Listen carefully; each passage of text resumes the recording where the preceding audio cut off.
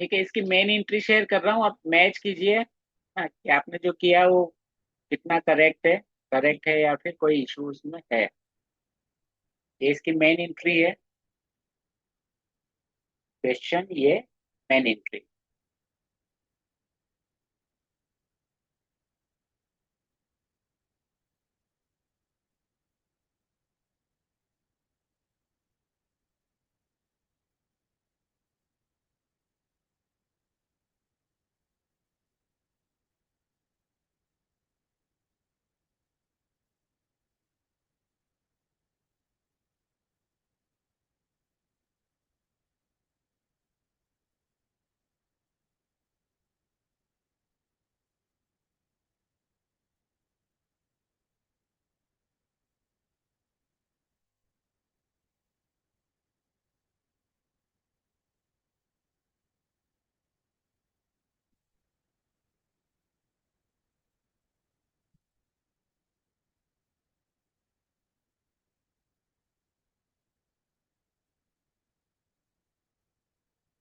या मैच सही आ रहा है।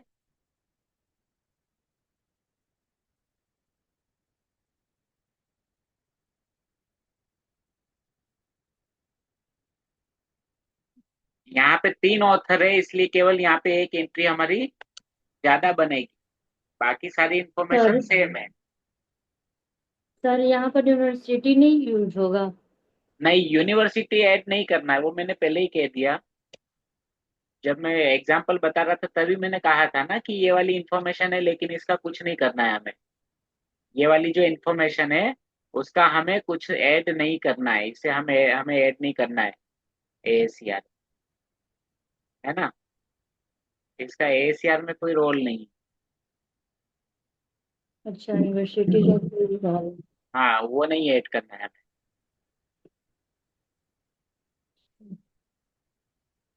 सर आप वापस से वही स्लाइड दिखाएंगे क्या? मेन क्वेश्चन एंट्री वाली, वाली।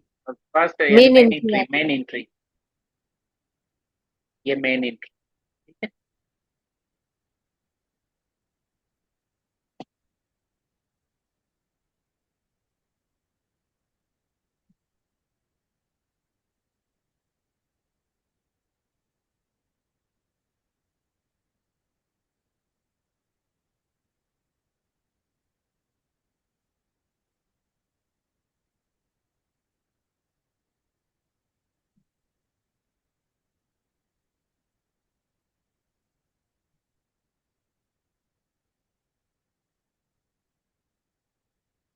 सर कॉपीराइट और ईयर के बीच में कोई गैपिंग नहीं रहेगा?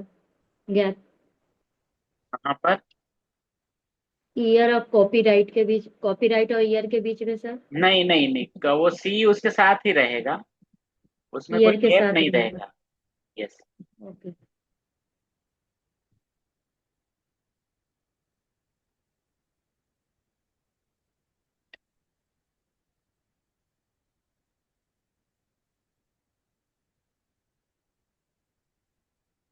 सर इसके सब्जेक्ट में सिर्फ साइकोलॉजी रहेगा, वो डेवलपमेंट से रिलेटेड कुछ भी डेवलपमेंटल नहीं रहेगा? साइकोलॉजी है तो केवल साइकोलॉजी रखिए, है ना।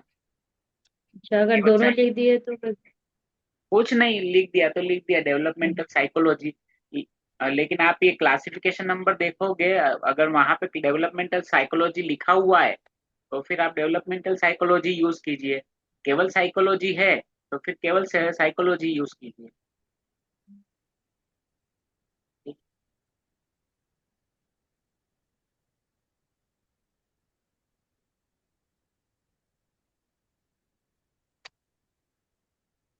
अच्छा सर, आप कह रहे थे कि एंट्री जो बनाते हैं हम, जितनी एंट्री वो एक्सपेंसिव होता है, तो इसमें तो सारा इन्फॉर्मेशन कवर हो जाता है मेन एंट्री में, तो फिर टाइटल एंट्री सब्जेक्ट एंट्री क्यों बनाई जाती है? मैंने ये बताया था ना, एक चीज मैंने बताई थी कि लाइब्रेरी में जो यूजर जाता है, कोई भी यूजर, समझिए कि किसी लाइब्रेरी में जा रहे हैं, हमें कोई बुक चाहिए, तो हम बुक मैक्सिमम जो है, मैक्सिमम यानी मिनिमम 3 तरीके होते हैं जहां से यूजर बुक ढूंढते हैं।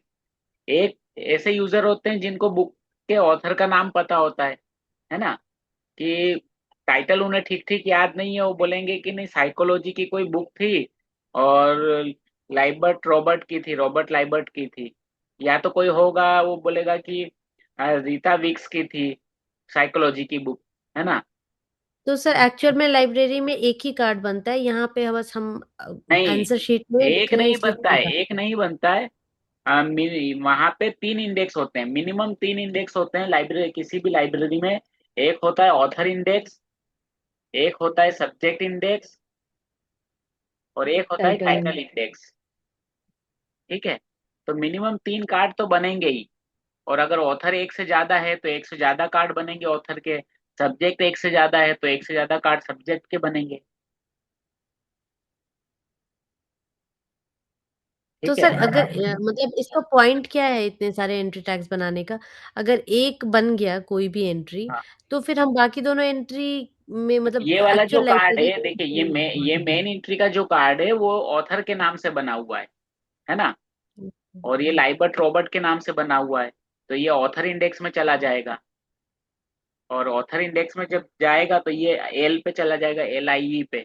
अगर कोई यूजर आया जिसे रॉबर्ट लाइबर्ट नाम याद नहीं है लेकिन विक्स नेल्सन याद है, और वो विक्स पे ढूंढ रहा है, तो उसे ये बुक नहीं मिलेगी जबकि लाइब्रेरी में अवेलेबल है ना। ओके। इसलिए 2 ऑथर है, 3 ऑथर तक हम सभी ऑथर के नाम का कार्ड बनाते हैं। 3 ऑथर तक, 3 से ज्यादा ऑथर होते हैं ना किसी बुक में, तो फिर हम फर्स्ट ऑथर का ही बनाते हैं, है ना। दूसरा कि कुछ यूजर को बुक का टाइटल याद है कि डेवलपमेंटल साइकोलॉजी नाम की बुक है, वो चाहिए। तो अगर डेवलपमेंटल साइकोलॉजी उसे बुक नाम याद है तो वो टाइटल सर्च करेगा, तो उसे टाइटल इंडेक्स में ये बुक मिलना चाहिए। ठीक है। और कुछ ओके। यूजर ऐसे हो सकते हैं जो ये कहेंगे कि नहीं, हमें साइकोलॉजी की बुक चाहिए, है ना, साइकोलॉजी की बुक चाहिए। तो साइकोलॉजी क्या एक सब्जेक्ट है, तो वो साइकोलॉजी सब्जेक्ट पे जितनी भी बुक ढूंढेगा वो सारी उनको मिलना चाहिए जो लाइब्रेरी में है। इसलिए हम एक सब्जेक्ट का भी कार्ड बनाते हैं।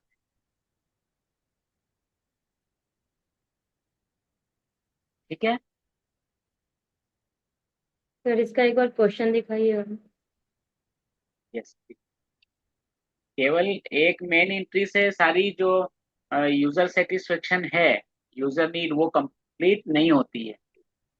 तो यूजर को तीनों वे चाहिए कि एक ऑथर के नाम से ढूंढ सके वो बुक, टाइटल के नाम से ढूंढ सके, या फिर सब्जेक्ट के नाम से ढूंढ तो सर ये सारी एंट्रीज ऑनलाइन होती हैं या फिर ये फिजिकल कार्ड एंट्री है, ये होती है? सारे कार्ड है, फिजिकल कार्ड है। जो मैंने फर्स्ट क्लास में आपको नहीं बताए थे, वो जो ड्रॉअर होते हैं, ड्रॉअर में एक एक कार्ड बनता है।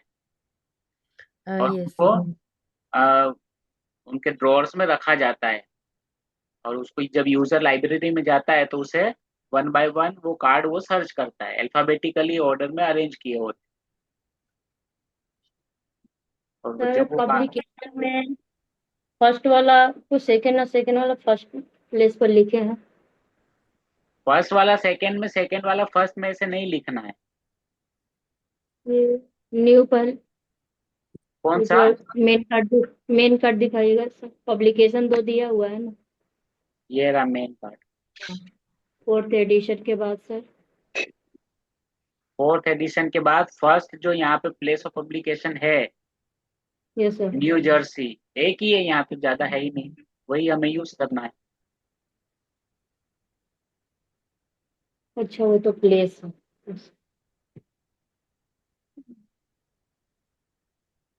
अच्छा। Hello yes. ओके। सर, मेरा एक क्वेश्चन है। मे बी बोलिए। सिली क्वेश्चन हो सकता नहीं है नहीं, बिकॉज कोई मैंने question, no question is a silly question, है ना। हमें नहीं पता या ना, हमें पूछ लेना है। स्टार्टिंग का मिस कर दिया सर।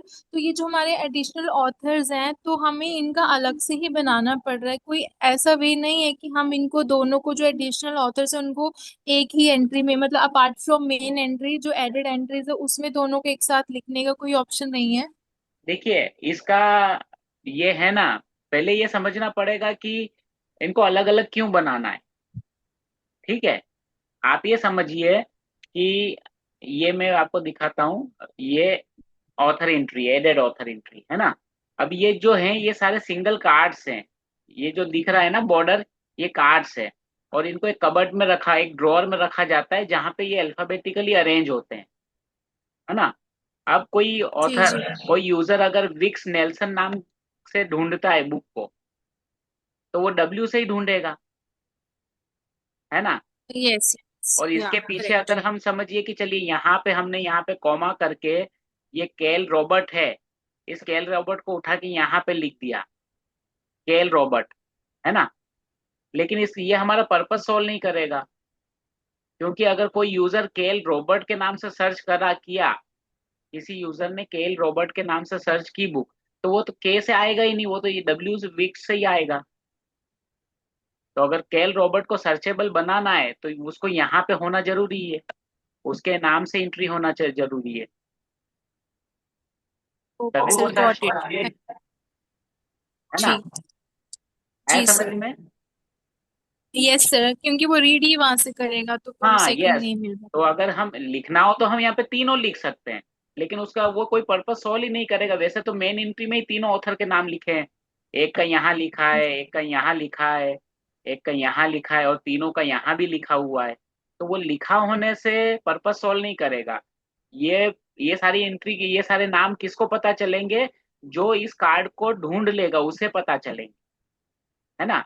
और इस कार्ड को अगर ढूंढना है तो अगर ये वाला कार्ड है तो ये कार्ड को वही ढूंढ पाएगा जो विक्स नेल्सन के नाम से सर्च करेगा,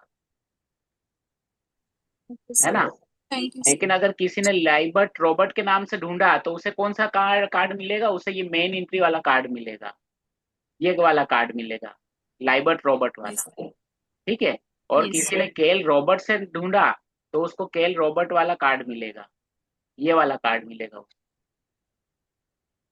ठीक है। अब कोई हाँ और जी यूजर ऐसा है जिसे ये तीनों ऑथर का याद नहीं है, उसे ये पता है कि एक बुक है डेवलपमेंटल साइकोलॉजी नाम की, है ना। तो वो कैसे ढूंढेगा, उसे तो ऑथर का नाम याद नहीं है, उसे डेवलपमेंटल साइकोलॉजी टाइटल याद है, तो टाइटल से ढूंढेगा डेवलपमेंटल साइकोलॉजी। डी पे जाएगा, ये टाइटल इंडेक्स में जाएगा, डी से शुरू हो रहा होगा वो। तो डेवलपमेंटल साइकोलॉजी की जब बुक मिल जाएगी तो उसे ये सारी इन्फॉर्मेशन दिखेगी, तो वो रिकॉल कर लेगा कि नहीं यही वाली बुक है, पब्लिशर उसका कुछ याद होगा वो मैच करेगा, ऑथर भी कुछ कुछ याद होगा शायद मैच कर लेगा वो, है ना। कोई यूजर ऐसे आते हैं कि जो कहेंगे कि नहीं हमें साइकोलॉजी का ही बुक पढ़ना है, कोई भी ऑथर हो चलेगा। तो लाइब्रेरी में फिर हमारा रूल रोल क्या होगा कि जितनी भी साइकोलॉजी की बुक है वो उन्हें बताएं। तो अगर जितनी भी साइकोलॉजी की बुक है वो हमें उन्हें बताना है, तो हर साइकोलॉजी की बुक का एक सब्जेक्ट एंट्री होना चाहिए, है ना। तो सब्जेक्ट एंट्री साइकोलॉजी सर्च करेंगे तो साइकोलॉजी पे ये मिलेगा। और साइकोलॉजी की जितनी भी बुक है वो एक साथ साइकोलॉजी साइकोलॉजी दिखता रहेगा, लेकिन सारी अलग अलग बुक होगी। और वहां से फिर यूजर तय करेगा कि उसे कौन सी बुक पढ़ना है या कौन सी बुक लेना है। तो सर ये सिर्फ यूजर्स के लिए हम इतने कार्ड्स बना रहे हैं ना, बिकॉज हाँ। हम तो डायरेक्टली जैसे एज अ लाइब्रेरियन 155 एलआई है तो यही तो काफी है आइडेंटिफाई करने के लिए कौन सी बुक वन है। फाइव फाइव तो बट ये हमको पता है ना, 155 में तो हम्म, बहुत सारी बुक होती है ना। 155 ये नहीं बताएगा कि ये डेवलपमेंटल साइकोलॉजी रॉबर्ट लाइबर्ट की बुक है। 155 आपको क्लास बताता है, और ये जो कार्ड्स हैं वो यूजर के लिए, वो हमारे लिए नहीं है। correct। नहीं सर, जो नंबर्स होते हैं जो अभी हम लोगों ने डीडीसी पढ़ा उसमें जो नंबर्स बनाया वो तो टाइटल से ही नंबर्स बनाते थे ना, तो हाँ नंबर्स टाइटल से भी से तो बनाते टाइटल को हैं, ट्रैक कर सकते लेकिन हैं। डेवलपमेंटल साइकोलॉजी अगर आप देखोगे ना, डेवलपमेंटल साइकोलॉजी नाम की 50 बुक होगी, जो 50 अलग अलग ऑथर्स ने लिखी हुई ओके। है ना। एक इंस्टीट्यूट है जो साइकोलॉजी के ऊपर बहुत ज्यादा वर्क करता है, तो उनके पास डेवलपमेंटल साइकोलॉजी की 25 किताबें हैं जो अलग अलग 25 ऑथर ने लिखी हुई है। तो क्लासिफिकेशन नंबर उनको सेग्रीगेट नहीं कर सकता,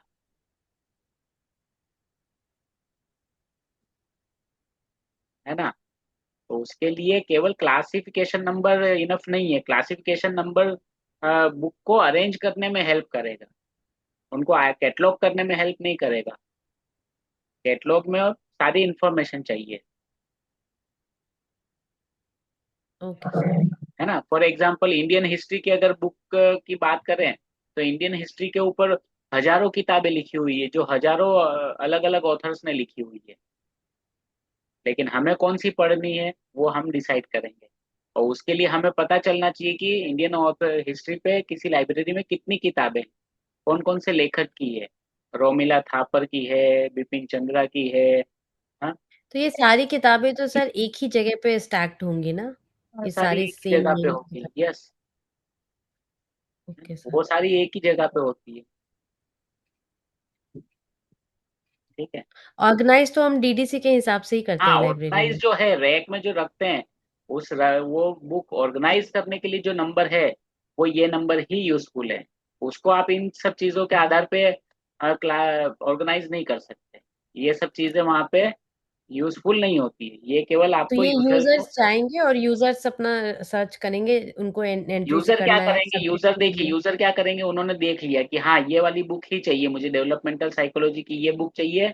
अब वो एक स्लिप में ये नंबर नोट करेंगे, उसके साथ साथ हो सकता है ये भी नोट कर लें, और इसके आधार पे उन्हें वो बुक मिल जाएगी। Okay sir. ठीक है ना। क्योंकि ये भी हो सकता है कि इसी क्लास नंबर की, इसी कॉल नंबर की और भी बुक हो, जो रॉबर्ट लाइबर्ट नहीं लिखी हो, साइकोलॉजी पर ही लिखी हो, लेकिन वो कोई और बुक हो। सर है ना। ये एक्सेशन नंबर जो था, एक्सेशन नंबर तो हम कहाँ पे यूज करते हैं मतलब रियल लाइफ में? हर बुक पे एक्सेशन नंबर लिखा होता है, हर बुक में ले एक्सेशन नंबर लिखा होता है। बुक के टाइटल पेज पे लिखा होता है ना, बुक के अंदर लिखा हुआ होता है, काफी जगह पे लिखा हुआ होता है। कुछ कुछ लाइब्रेरीज में जो स्पाइन होता है, स्पाइन पता है ना क्या होता है बुक का। No sir. इस तरह से ये बुक है, अरेंज की हुई है, ठीक है।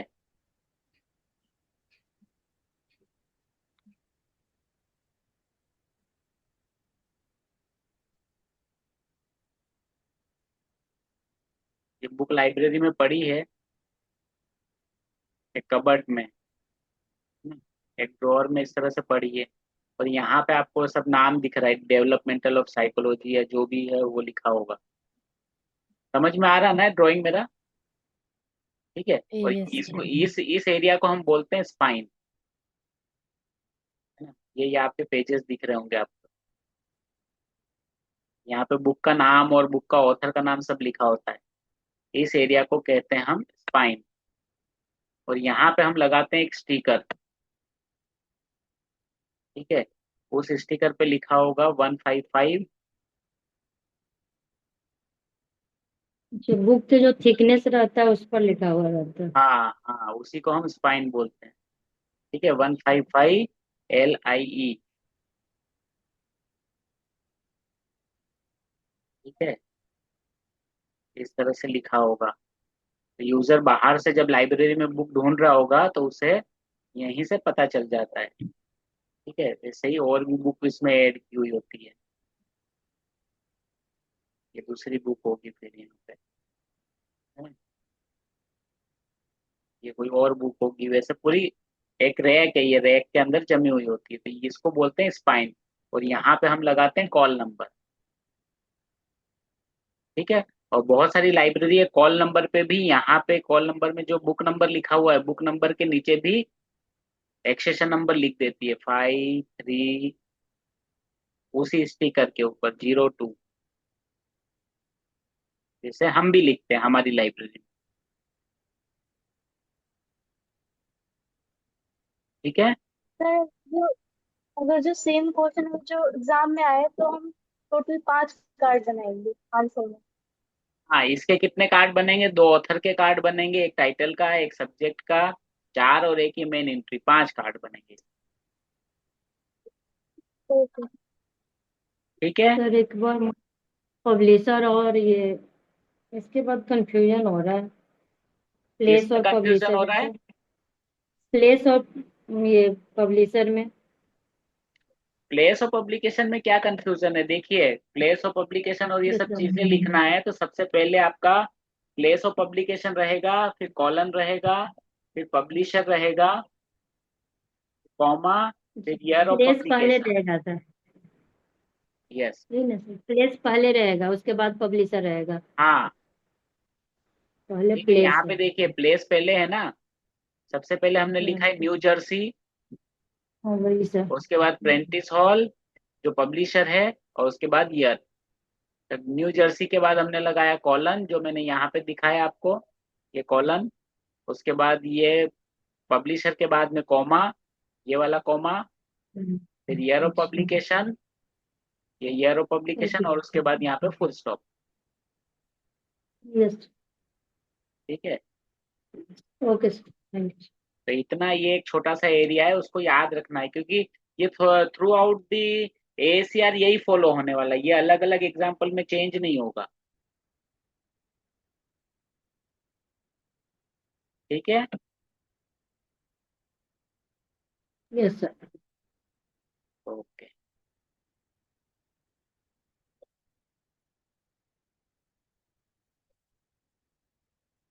ठीक है, तो ये फिर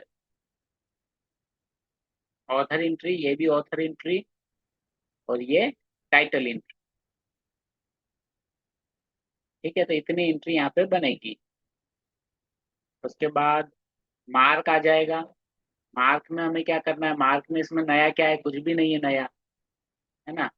ये सारे टैग वही है। कौन कौन से टैग लगेंगे यहाँ पे, बताइए चलिए। टाइटल, टाइटल के लिए कौन सा?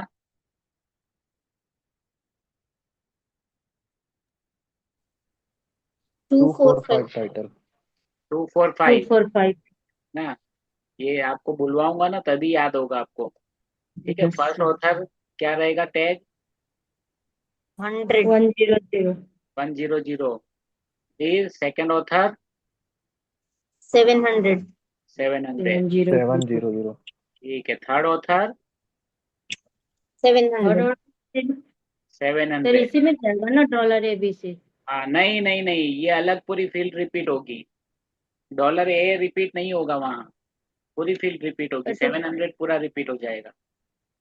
तो मतलब सेकेंड ऑथर के लिए 700 टैग देंगे और फिर थर्ड के लिए भी 700 टैग करेक्ट लिख के करेक्ट नाम लिखेंगे। Correct correct. और उसमें सब फील्ड में $A और $A ही हाँ, लिखेंगे। दोनों में डॉलर ए रहेगा, वो पूरी फील्ड रिपीट हो गई, है अच्छा, ना। खाली ये टैग रिपीट होगी इसमें। हाँ, अब फिर पब्लिकेशन डिटेल के लिए 260। 260। 260। ठीक है, फिर कॉल नंबर के लिए 082। 082। 082। ठीक है, 082। फिर फिजिकल डिस्क्रिप्शन 300। 300। 300। 300। 300। ठीक है, फिर आईएसबीएन नंबर 020। 020। 20। ठीक है, एडिशन एडिशन 250। 250। 250। एडिशन का 250। इसके अलावा कोई टैग बचा है? सर एक्सेशन नंबर का कौन सा टैग होता है? एक्सेशन नंबर, देखिए एक्सेशन नंबर जो है वो एक्चुअली लोकल इंफॉर्मेशन में आता है ना। तो उसका भी एक टैग है, वो भी मैं आपको बताऊंगा। ठीक है, अगर वो ऐड करना हो तो कर सकते हैं। बहुत जगह इसको 900 की सब फील्ड में यूज करते हैं, 900। लेकिन ये मार्क में इसके लिए अलग टैग भी है, अलग टैग का एक पार्ट है ना। लोकल इंफॉर्मेशन का एक पूरा सेक्शन है, उसके अंदर हम उसको ऐड कर सकते हैं। बहुत सारी लाइब्रेरीज उसको 900 पर्सनल लोकल इंफॉर्मेशन में भी उसको ऐड करती है। ठीक है, उसका मैं बताता ओके हूँ। अच्छा, यहाँ सर, कोई एक और और। भी टैग बाकी है?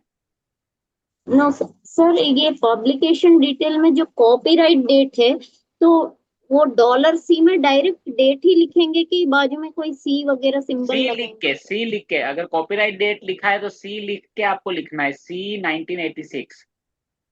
ओके। ठीक है, सी 1986 आपको वहां पे लिखना है। ठीक है, और कौन सा टैग बाकी है इसमें? कोई टैग बाकी है मार्क में से, याद आ रहा है किसी को? ऐसी कोई इन्फॉर्मेशन जो यहाँ पे कार्ड में नहीं होती लेकिन हम, कार्ड में मतलब ये एग्जाम्पल में नहीं होती लेकिन हम ऐड करते हैं। Topical term sir. Yes, topical terms, correct. Topical पर क्या होगा उसका tag? Subject 650 six five 650। Zero 650, है ना। आप जब एग्जाम में सॉल्व करोगे ना, तो इसी तरह से आप एक बार, जब पूरा आपका ये ACR बन जाए, उसके बाद सभी पे इसको टैग लिख लेना है। फिर टैग लिखने के बाद उसको फिर अरेंज करना है। अरेंज कैसे? छोटे से बड़े की तरफ जाते हुए आपको इसको अरेंज करना पड़ेगा, है ना। सबसे छोटा कौन सा है? 0 2 0, फिर 8 9, फिर 1 0 0, फिर 2 4 5। इस तरह से आपको अरेंज करना होगा, ठीक है। 2 5 0 एडिशन आ गया, 2 6 0 publication, 3 0 0 physical description, 6 5 0 topical term, और 7 0 0 रिपीट होगा, ठीक है। दोनों ऑथर जो है वो 7 0 0 में क्या होंगे? रिपीट हो जाएंगे,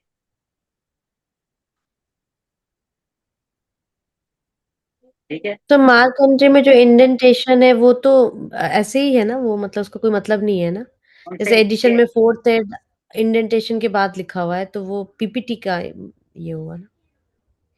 कौन सा इंडेंटेशन?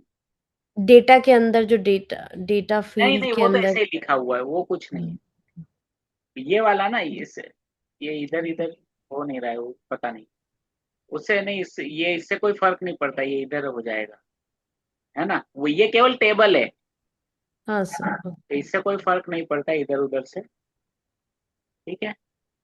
हमें केवल डेटा को ध्यान में रखना है बस, ठीक है। तो नेक्स्ट एग्जांपल पे आगे बढ़ते हैं। नेक्स्ट एग्जांपल है एंट्री विद शेयर्ड रिस्पॉन्सिबिलिटी, ठीक है। अब यहाँ पे देखिए, यहाँ पे 3 ऑथर है, और उसके साथ एक इल्यूस्ट्रेटर भी है, इल्यूस्ट्रेटेड बाय जॉर्ज जेम्स, है ना। तो 3 ऑथर वाली जो बुक है, वैसी ही ये एंट्री बनेगी। इसमें कोई ज्यादा चेंज नहीं आने वाला है, क्योंकि 3 ऑथर एंट्री ही है। केवल यहाँ पे इल्यूस्ट्रेटेड बाय जॉर्ज जेम लिखा है, तो मतलब इसमें क्या होगा कि एक बुक इल्यूस्ट्रेटेड है, तो यहाँ पे फिजिकल डिस्क्रिप्शन एरिया में ILL आ जाएगा, है ना। इसमें आपको जो चेंज दिख रहा है वो क्या है? वो केवल इसमें ये चीज एक ऐड हो गई है बस। बाकी ये 3 ऑथर वाली जैसे हमने पिछली एंट्री की थी, वैसे ही है ये।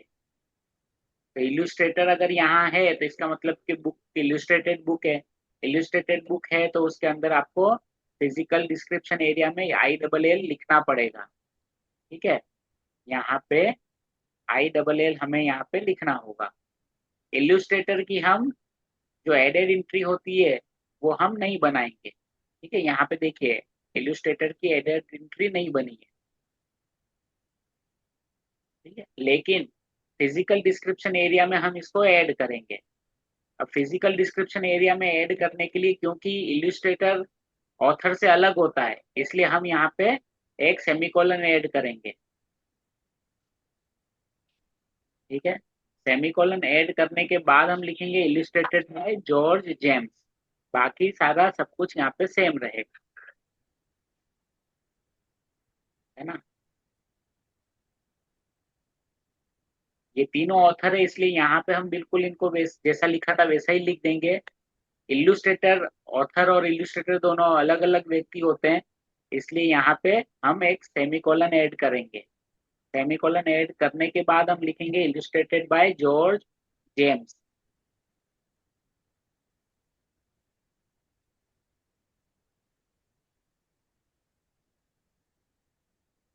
ठीक है। यहाँ पे केवल सर हम, अगर हम लोगों का सब्जेक्ट अलग होगा तो फिर मत उससे भी मार्क्स कटते हैं क्या? नहीं, सब्जेक्ट देखिए, आपका सब्जेक्ट में बहुत ज्यादा डिफरेंस होगा नहीं, थोड़ा बहुत जैसे इसमें वर्डिंग का अगर लिख डिफरेंस। दिया टेनिस और हाइफन के बाद स्पीड स्ट्रेंथ एंड स्टैमिना।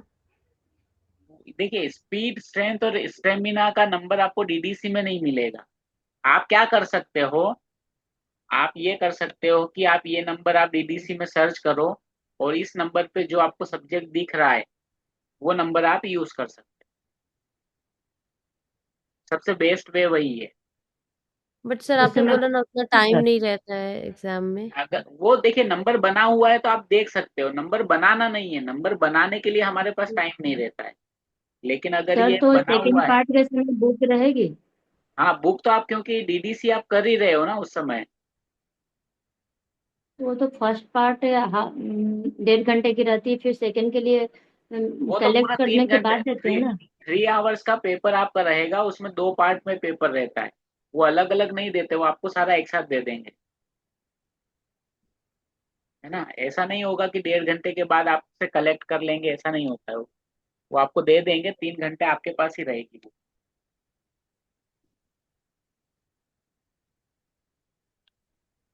ठीक है। तो बेस्ट वे यही है कि आप ये नंबर डीडीसी में ढूंढिए, और यहाँ पे जो सब्जेक्ट दिया है उस सब्जेक्ट को आप यूज कीजिए, और या तो यहाँ पे ब्रॉडर सब्जेक्ट आप लीजिए। है ना, ब्रॉडर सब्जेक्ट क्या है, यहाँ पे दिख रहा है टेनिस दिख रहा है, तो आपने सीधा सा टेनिस ले लिया बस। ठीक है। और अगर नैरो सब्जेक्ट आपको डीडीसी से मिल रहा है तो आप वो सब्जेक्ट भी आप यूज कर सकते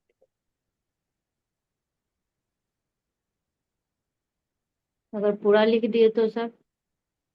यस। स्पीड एंड पूरा तो लिख दिया टाइटल टाइटल में आप है नहीं तो। लिख सकते ना, वो पूरा टाइटल है, टाइटल तो आप नहीं लिख सकते पूरा। ठीक है। तो हम वही चीज लिखेंगे जो सही में सब्जेक्ट बनाता है।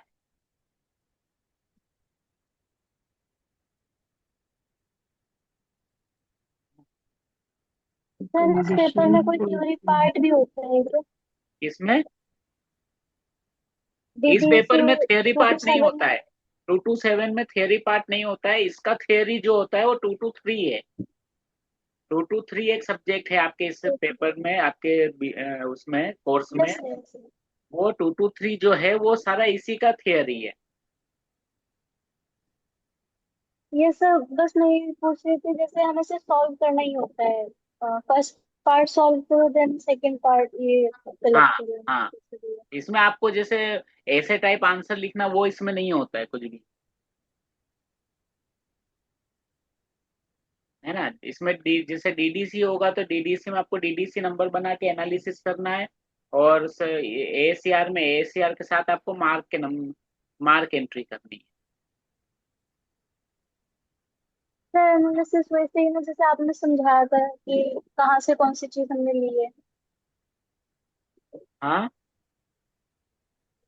जैसे डीडीसी में एनालिसिस वैसे ही करना है, जैसे आपने समझाया था कि आंसर बनाते हो कौन सी चीज, कौन सा नंबर हमने कहाँ से लिया है। हाँ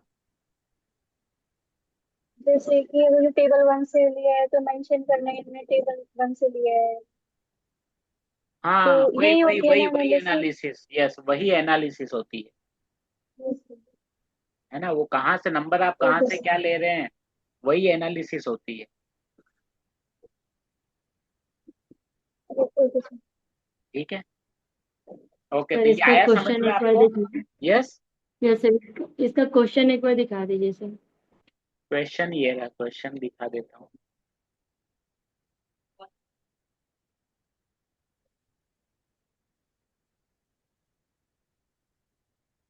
ओके सर। ठीक है, तो ये इसका। Yes sir. यस, ये मेन एंट्री है, मेन एंट्री देख लिया। यहाँ पे क्या है, ये इस एग्जांपल में जो डिफरेंस है वो डिफरेंस ये है कि यहाँ पे शेयर्ड रिस्पॉन्सिबिलिटी है ना। क्या है, शेयर्ड रिस्पॉन्सिबिलिटी। शेयर्ड रिस्पॉन्सिबिलिटी मतलब यहाँ पे आपको एक और ऑथर के अलावा एक और व्यक्ति दिख रहा है जिसने कुछ स्पेशल पार्ट इसमें प्ले किया है। ठीक है। और इसको हम कैसे डील करेंगे, इसके लिए हम स्टेटमेंट ऑफ रिस्पॉन्सिबिलिटी में सेमी कॉलन लगा के, है ना, सेमी कॉलन लगा के, ये सेमी कॉलन लगाया है, उसके बाद हमें जैसे एग्जांपल में दिया है वैसा हम यहाँ पे लिख देंगे बस, और कुछ नहीं करना है। क्योंकि ये इल्यूस्ट्रेटर है, इल्यूस्ट्रेटेड बाय इसमें आ रहा है, तो इसका मतलब ये है कि बुक में इल्यूस्ट्रेशंस हैं, तो इल्यूस्ट्रेशंस अगर हैं तो ये यहाँ पे फिजिकल डिस्क्रिप्शन एरिया में भी हमको इल्यूस्ट्रेशंस का नंबर, यानी जो नोटेशन है वो हमें ऐड करना है, डिटेल उसकी ऐड करना, ताकि सब कुछ सेम रहेगा। ठीक है। यहाँ पे फिर इसके बाद एक सब्जेक्ट एंट्री बन जाएगी, एक ऑथर एंट्री बनेगी, ये थर्ड ऑथर एंट्री यानी सेकंड ऑथर एंट्री, जो थर्ड ऑथर है उनके लिए, और लास्ट में जो टाइटल है, टाइटल की एंट्री बनेगी। ठीक है, तो टोटल कितनी एंट्री हो गई? 2 3 4 और एक मेन एंट्री, 5 एंट्री बनेगी।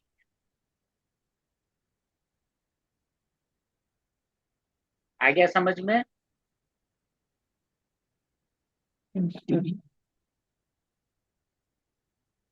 ठीक है, तो उसके बाद ये मार्क एंट्री बनेगी। मार्क एंट्री में कोई नया टैग इसमें शायद नहीं है, कोई नया टैग यहाँ पे है नहीं। हाँ, यहाँ पे आपको अगर वो ऐड करना है, इलस्ट्रेटर जो है उनको आपको ऐड करना है तो आप उनको ऐड कर सकते हो, क्योंकि मार्क एंट्री में कोई इसमें लिमिट नहीं होती है, तो आप ऐड कर सकते हो। जो इलस्ट्रेटर है उनको भी आप ऐड कर सकते हो।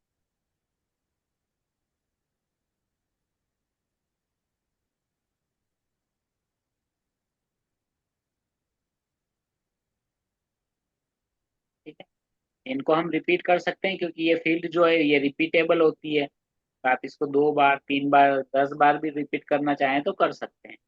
लेकिन यहाँ पे जो $A लिखा है वो नॉन रिपीटेबल होता है, मतलब आप उसको रिपीट नहीं कर सकते, है ना। तो जैसे एक क्वेश्चन आया था ना कि हम 700 के अंदर ही इसको 2 बार रिपीट कर दें, तो ये नॉन रिपीटेबल फील्ड होता है, इसको आप रिपीट नहीं कर सकते, आपको पूरा टैग ही रिपीट करना पड़ेगा। ये पूरा टैग जो है उसको आप रिपीट कर सकते, लेकिन इसको रिपीट नहीं कर सकते, ये रिपीट नहीं हो सकता। ठीक है, ये आर लिखना जरूरी है सर? नहीं 700 लिखना 700 नहीं है, ये लिखेंगे? तो केवल समझाने के लिए मैंने लिखा होगा, है। Yes sir. ये लिखना जरूरी नहीं है, ये केवल समझाने के लिए है ना, एक्सप्लेन करने के लिए मैंने लिखा होगा लास्ट टाइम जब मैंने क्लास ली होगी तब। ठीक है, क्लियर? ठीक है, तो अब next example more than 3 author का है ना। मोर देन 3 ऑथर का टाइम अब खत्म हो गया आज का, अब हम कल देखेंगे, है ना, इसके बारे में। मोर देन 3 ऑथर की एंट्री हम कल देखेंगे, है ना, ये इजी है, कोई इसमें इशू नहीं है। ठीक है, तो आज के लिए बस इतना ही, बाकी इससे आगे हम कल पढ़ेंगे। मोर देन 3 ऑथर की एंट्री मैं आपको कल बताऊंगा, और तब तक आप कोई भी एक एग्जाम्पल सॉल्व कीजिए, पुराना पेपर डाउनलोड कीजिए और उसमें से 1 ऑथर 2 ऑथर या 3 ऑथर की कोई एंट्री है, एग्जाम्पल है, तो उसको सॉल्व कीजिए।